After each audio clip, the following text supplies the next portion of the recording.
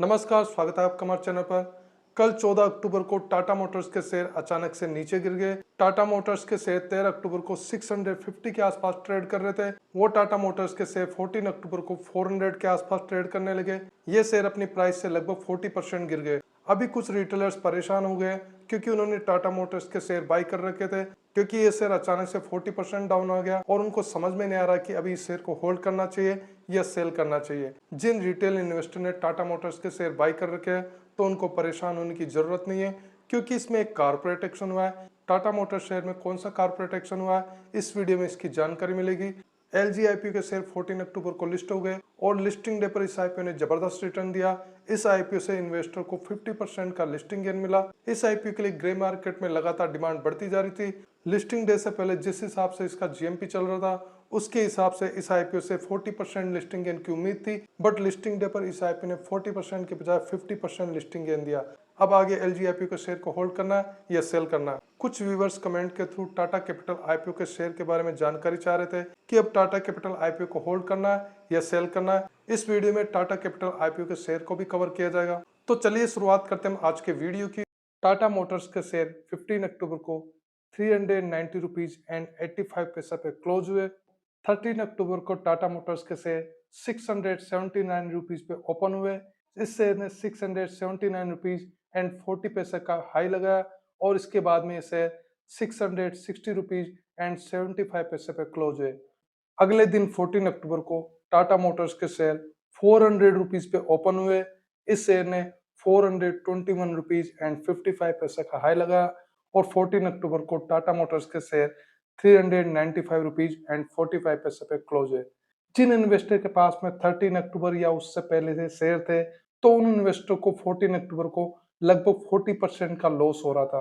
तो चलिए जानते कि टाटा मोटर्स के शेयर में इस गिरावट की क्या वजह है।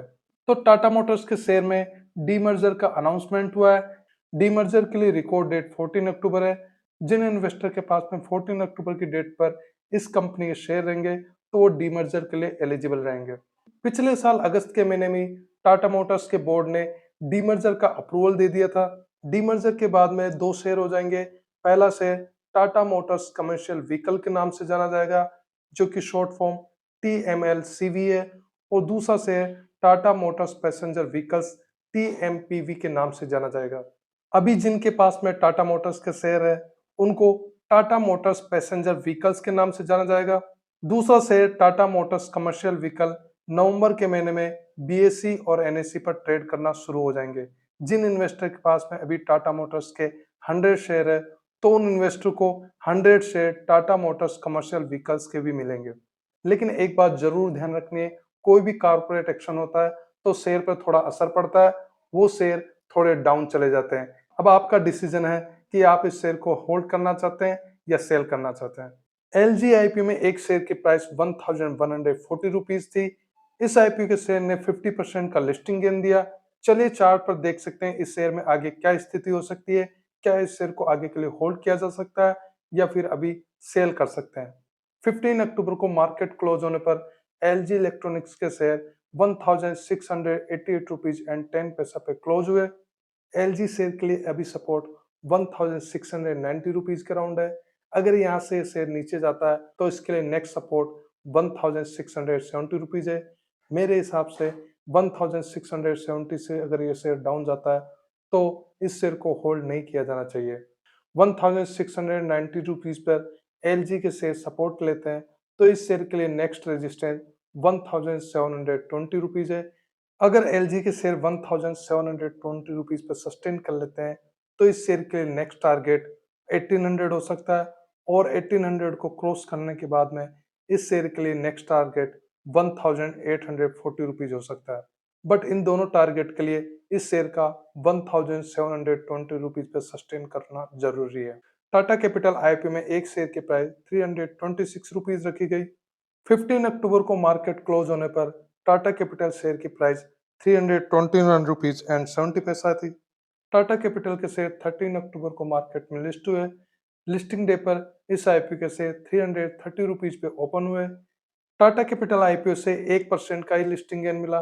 लिस्टिंग डे पर टाटा कैपिटल के शेयर 332 रुपीज के हाई लगाया। अगले दिन 14 अक्टूबर को इस आईपीओ के शेयर 319 रुपीज 80 पैसा पे क्लोज हुए। इस आईपीओ के शेयर से इन्वेस्टर को ज्यादा लिस्टिंग गेन नहीं मिला और दूसरे दिन जिन इन्वेस्टर ने इस आईपीओ के शेयर होल्ड किए तो उन इन्वेस्टर को 1% के आसपास इस आईपीओ से लॉस हो रहा था। चलिए देखते हैं इस आईपीओ के शेयर में आगे क्या संभावना हो सकती है। टाटा कैपिटल के लिए पहला सपोर्ट 326 रुपीज का राउंड है। अगर यहाँ पे ये शेयर सपोर्ट ले लेते हैं तो अच्छी बात है। अगर 326 रुपीज पे सपोर्ट नहीं लेते तो इसके लिए लास्ट सपोर्ट 320 रुपीज है। मुझे नहीं लगता कि 320 रुपीज के बाद में इस शेयर को होल्ड करना सही रहेगा। अगर टाटा कैपिटल के शेयर 326 रुपीज से ऊपर सपोर्ट लेते हैं तो इस शेयर के लिए रेजिस्टेंस 332 रुपीज है। 332 रुपीज के ऊपर ये सस्टेन कर लेते हैं तो टाटा कैपिटल के शेयर एक नया हाई बना सकते हैं। पर्सनली टाटा कैपिटल के लिए मेरा ओपिनियन यही है कि ये लॉन्ग टर्म के लिए अच्छा है। मिडवेस्ट आईपीओ के लिए ग्रे मार्केट में अभी डिमांड बढ़ी है। अभी इसके लिए जीएमपी 175 रुपीज है।